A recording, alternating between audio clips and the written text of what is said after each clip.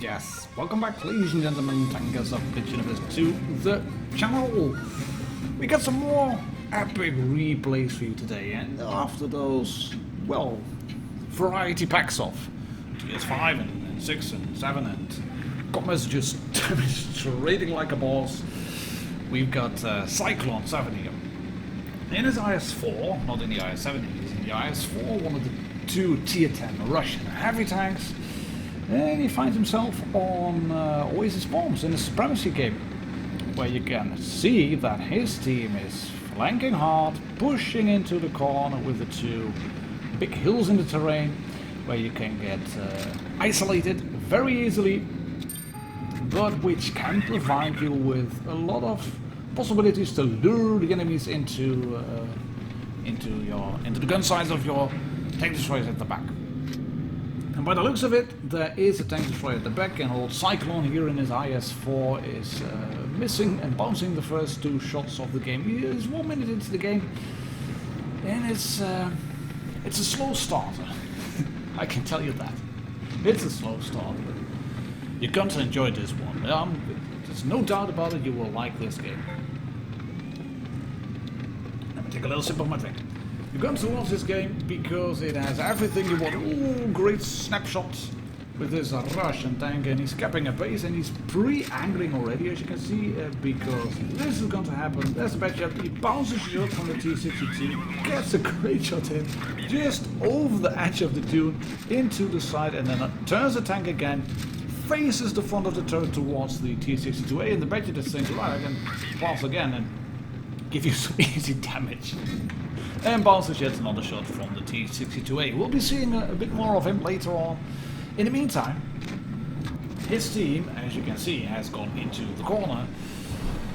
And yeah, safe to say they are getting obliterated. They have cleared one red tank at the expense of 3 of their own. So it is 4 greens versus 6 reds at the moment.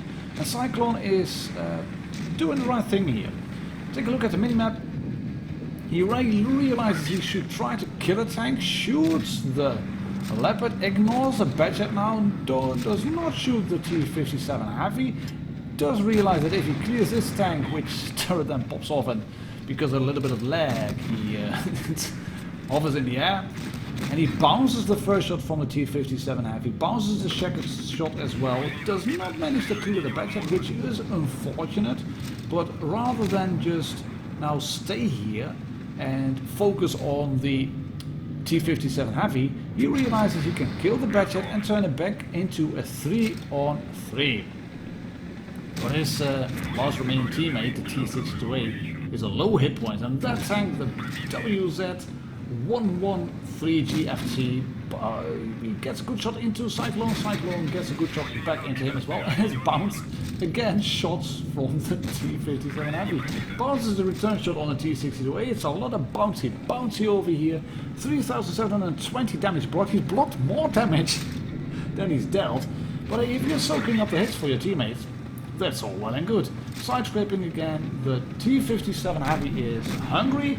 Makes an epic mistake here of wanting to kill the T-62, and he pays for that by getting shot up the ass.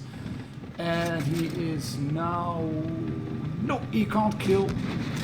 He can't... Yeah, he can shoot Cyclone here, but he misses, and he's now on a reload. If you've counted he's on a reload, he has fired 3 shots. There was yet another turret popping off of the green T-62A. Once you pop, you can't stop. That seems to be the norm. But also take a look at what Cyclone is going to do here. He has this whole, well, let's say, environment of dead carcasses around him, and that's going to be really handy, because the IS-4 is a bouncy tank. It has a lot of strange angles to it, and he has bounced yet another shot. 4,650 blocked, 4,897 dealt. That shot is blocked again. He's nearing 5k block damage. Gets a good shot in on the T-62A.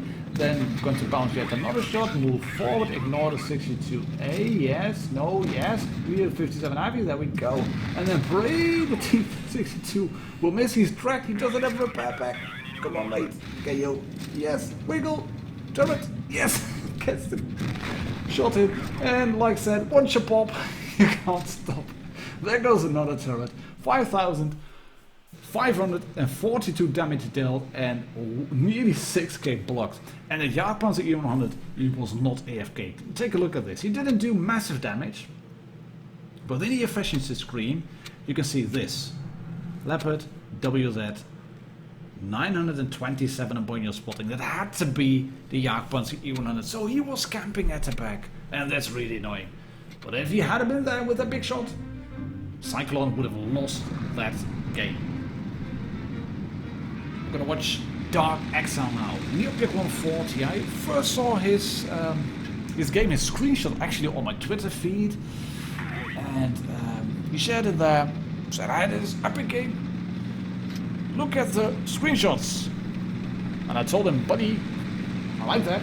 I like screenshots, but I like a replay even better. So can you send me a replay? And he said yes.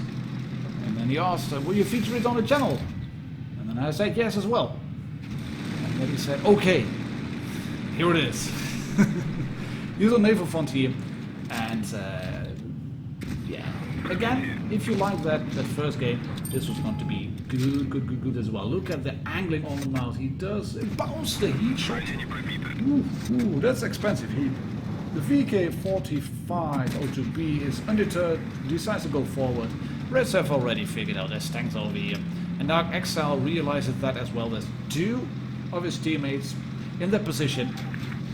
No need for him to be there. A little flanking goes a long way into winning the game.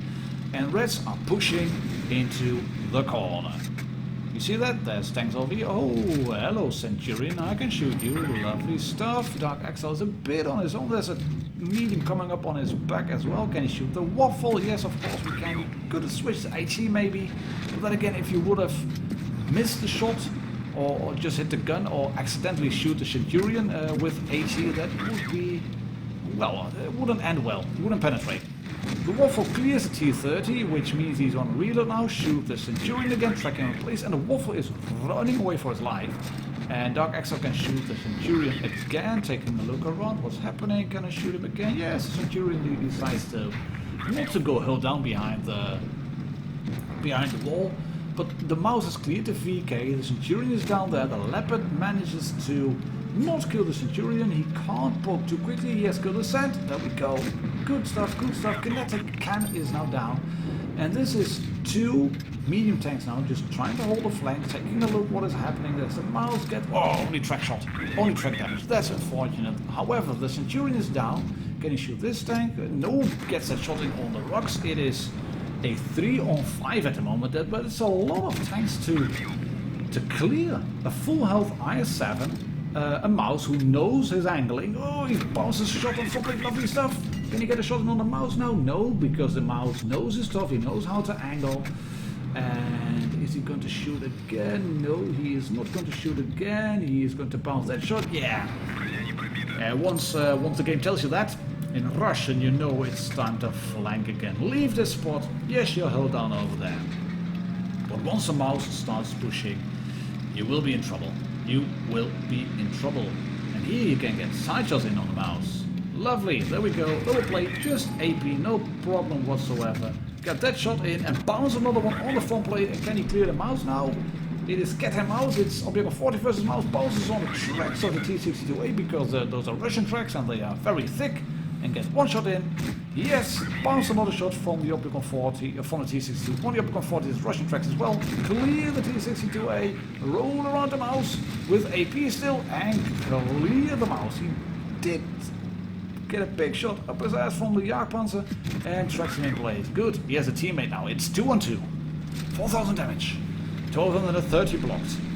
He is kind of running low on ammo, at least on AP that is, not so much on heat, and I don't think this is a good idea actually.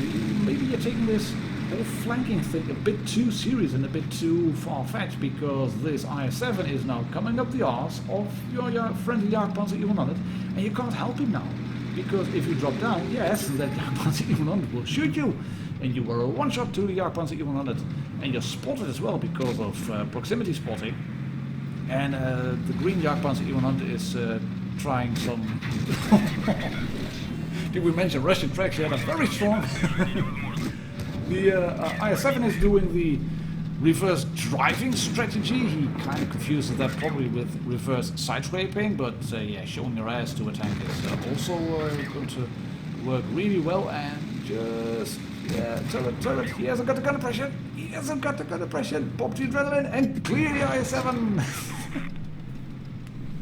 Sometimes you gotta be thankful for my teammates.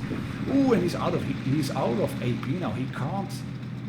He might be able to track the Jagdpanzer E100. Gets a good shot in on the lower plate, which is fortunate. But the Jagdpanzer E100 knows enough. I can't go in there. I can't go there. I can't rush in. And what's he gonna do now? He's going to keep him spotted again, and he's hoping for Dark XL to shoot probably. But as we've said before, a little flanking goes a long way into winning. So we're slowly backing up, slowly backing away, and keeping an eye out on a Jagdpanzer E100. Can he get a shot in? Yes, he can. And hit another one. That Jagdpanzer E100 must be furious, but he is also on a reload, and he bounces. He gets a shot in on the lower plate. 253 roll around. He's only got heat, so he can't. Gets a shot in, he can't track him. He might have been able to knock the tracks off, but wouldn't have done damage. And he's got him down to a one-shot now, blocked 2,830 times. Become an issue, buddy. You have to move quickly. Right. Yeah, Panzer E100 staying down. You can see what Dark XL was doing, staying there just long enough to try and figure out what the Panzer E100 was doing. And he's taking the long route now, not getting proxy spotted. Is he down there? Is he down there? Is he down there? No, not down there. Is he then in the cap? Is he moving towards the cap? Yes, he's moving towards the cap. Drop off, lose a little bit of health, but is it going to be enough to win the game? Yes, it is. Great game, buddy. Thank you very much for sending me the replay and allowing me to use it on the channel. 6,550 damage dealt, and he lost some credits because he had to burn through a little bit of his heat ammo and missed a few shots as well with heat. But this is just great. Easy efficiency tab, a little bit of spotting on the T-62A, and yes, as said, look at the ammunition resupply bill. Anyway, it was worth it. High caliber, scout, top gun, mastery. GG. Next one, last one for today. 4-header, Betcha 25T with the musketeer camouflage on it. The Tier 10 French light tank with a 3-shot autoloader on it. And I'm going to repeat myself. I think you'll like this game. I really did. This is a good one. We've had a Betcha 25T AP game, which was Willows, a bit of a heartbreaker, 5k damage, but they didn't manage to win the game, which was unfortunate. That one was in one of last week's videos. But I'm not going to give anything away on this game, except that it's going to be really good. There's a lot of autoloaders on both teams. And 4-header is doing some aggressive spotting. They're poking out, yes, and he goes forward again. Is he spotted himself? No, he's not, because of the bush and because of the light tank camouflage. And yeah, he's spotted here, right? Not going to do anything there, just some early spotting. No need to throw away your tank. You can, well, start saying, well, I'm on the light tank, I should spot. Yes, you could say that you're a light tank and you should spot, but there's a difference between spotting and throwing away your tank. And if you would think then, right, I'm a patch head, I've got light tank camouflage and I've got 3 shots in my magazine, I'm just going to run away, just run in and get the damage out, 930 in my magazine. Yeah, that's a dumb thing to do. It might seem reasonable, but the longer you can stay alive, the more dangerous a Badget becomes to the enemy team. And this is where a Badget can thrive. Just get one shot in on the Jagdpanzer and then get another shot in. Yes, there we go. And then just a quick shot in on the E50. Bounce on the front plate. That's unfortunate. And he's going to back up in this little position over here and reload. Arrest capturing a base. Means they are either moving in towards you or they are coming up that little spot over there. Yeah, it's got to be 1 or 2 at the bunkers area. And I think you should have gone in over here now. I think you also should have gone for a full reload four-header. You got 2 shots still left. With a full clip, you would have been able to probably clear that E50M, but he hasn't got a full clip. He's got 2 shots and he's going to miss the first one, and it's going to cost him dearly. Just look at this, he gets that shot in, but it's an E50M. That is a really strong front plate. You can see what is happening down there. He can't help it. He's got 6 seconds left on the clock still to reload. And the other the E50 on his team, he kills him, shoots him now, shoots him, shoots him, shoots him. Yes, he clears the E50M now, but the E50 on his team has suffered, has lost more HP than needed. And because Foreheader had to stay here, he is now unable to go in and try and knock as much hit points off of this E75. Woohoo, bounces the first shot, goes around, second shot in, yes, there we go. And another shot in, lovely. E50, can you now clear the E75? There's nothing that Foreheader can do at the moment, except run around and getting bumped into and block the E75. Come on, shoot him, shoot him. Yes! And he manages to keep the E50 alive. It is a 3-on-3. But there's a T57 Heavy. 3 shots in the magazine. Yes, and the T57 Heavy gets 1 shot into Foreheader, who's on a full reload again. He has to run away. He has to run away quickly. There's an ST1. There is a, yeah, well, more or less full health. More or less, it is a full health T57 Heavy. And that's not the type of tank you will want to face if you are, well, not so well armored tank. This is great. 1 track shot in, 2 track shots in, and 3 track shots in. No, dodging maneuvers, evasive maneuvers, aggressive tactical redeployment. Yes, he's gone away. He's managed to get away. And he's got 1,514 hit points left. And he nearly has a full magazine as well. There we go. Ooh, is this a good idea? No, yes, not sure. No, not a good idea. Heat, yes, heat, lower plate. Yep. Did I mention yet that the Badger, or basically any auto-loading tank, becomes more and more dangerous once the endgame starts? Yes, they really do. Because you're facing a light tank now. The T57 Heavy and the ST, stock ST, they are facing a light tank now, which can do 930 with a full magazine. And the ST is stock as well, but still, look at all that red. He wants to get another shot in. Can you get another shot in? Yeah, we have. Yeah, he gets another shot in, but Russian tracks are really strong. So you only damage, not knock them off, or penetrate through the drive wheel like you would do with basically any German tank. Look at that, driving over there, quick drive around. Oh, the T57 Heavy knows where he is. He's spotted. Yes, bounce on the front plate. That's the only spot you will bounce with a backchat. That front plate is really good, and he misses 2 shots. But he's going to do the right thing here. Foreheader knows that the ST is on the cap and the 57 Heavy is on a reload, and he's got a quicker reload of the 2, so he can go in and shoot him once.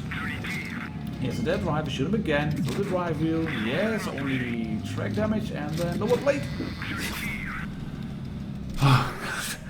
The game has decided you have to carry harder. So he leaves the T57 Heavy on 24 hit points, but that ST is not pushing in. Clears the T57 Heavy, and that's what you have to do. You just have to wait it out. If there's a tank on the base, the cap keeps going up. And as long as that cap keeps going up, he is still on the base, and then there's no need for you to rush in, just stay there. It's just a one-on-one, stay behind the rock around the clock, drive around, and unload into the T57 Heavy. And the ST was still looking up. I've got a stock ST1. Which way should I point?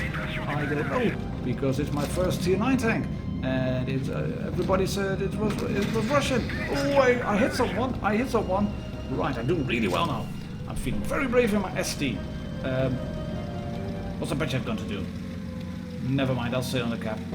My teammates are telling me that that cap is best because it's a Badger. If I stay on the cap, then I'm not going to stay on the cap. I'm going to run away now. I'm going to chase him because it's a bad chat. My teammates told me no cap kill all, so that's what I will do. But there's 20 seconds left on the clock. And you can also see the father is now rushing through the gap. Hello, shoot him once and then go around, heat, up the ass. Lovely. Told you this would be intense. And nerve-wracking and nail-biting. Look at that. Last week Top Gun, high caliber, pools medal, Kolobanov. He lost a shit ton of credits because he's not running a premium account. And he burned through his APCR, had to use a fair bit of heat. And that's it for today, ladies and gentlemen, tankers of Blitz Universe. Please subscribe if you haven't already. I'll catch you all on the next video. Cheers, happy tanking.